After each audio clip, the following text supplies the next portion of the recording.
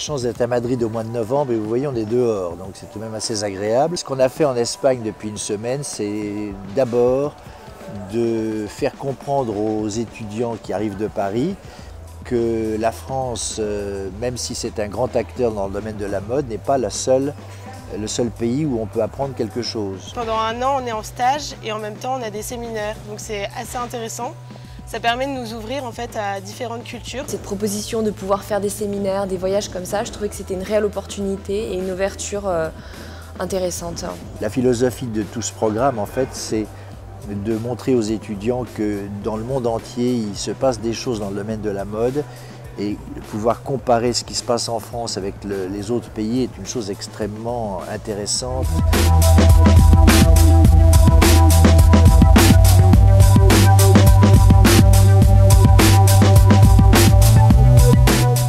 On a rencontré beaucoup de gens qui travaillent dans la mode, que ce soit des journalistes, que ce soit des entrepreneurs.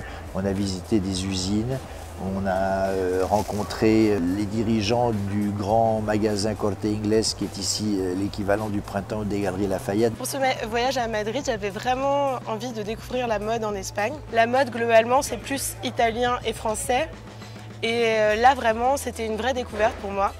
Donc on a fait pas mal de créateurs et on a vu qu'il y avait quand même un potentiel vraiment en Espagne de création. J'attendais d'abord de ce voyage de voir un peu la ville, Madrid, comment c'était, culturellement, mais aussi voir un peu la mode espagnole.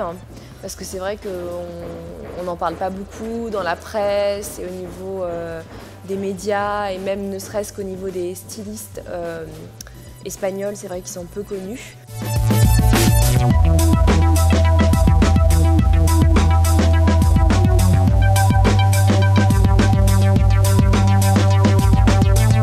Très contente dans le sens où on a vu des choses très diverses. Je crois que les choses que je retiens en fait c'est que c'est vraiment un pays haut en couleurs avec un certain tempérament. La mode finalement espagnole reprend ces caractères-là, c'est-à-dire le côté coloré. Ce voyage a répondu à mes attentes dans ce qui concerne la mode espagnole, découvrir une autre culture parce qu'auparavant j'ai jamais eu l'occasion de venir à Madrid, donc là c'était vraiment une bonne occasion et donc j'ai vraiment aimé être plongée dans un univers mode et en même temps découvrir un pays. Pour moi c'est très intéressant. On repart ce soir, je crois, avec une idée très précise de ce qu'est l'Espagne dans le domaine de la mode.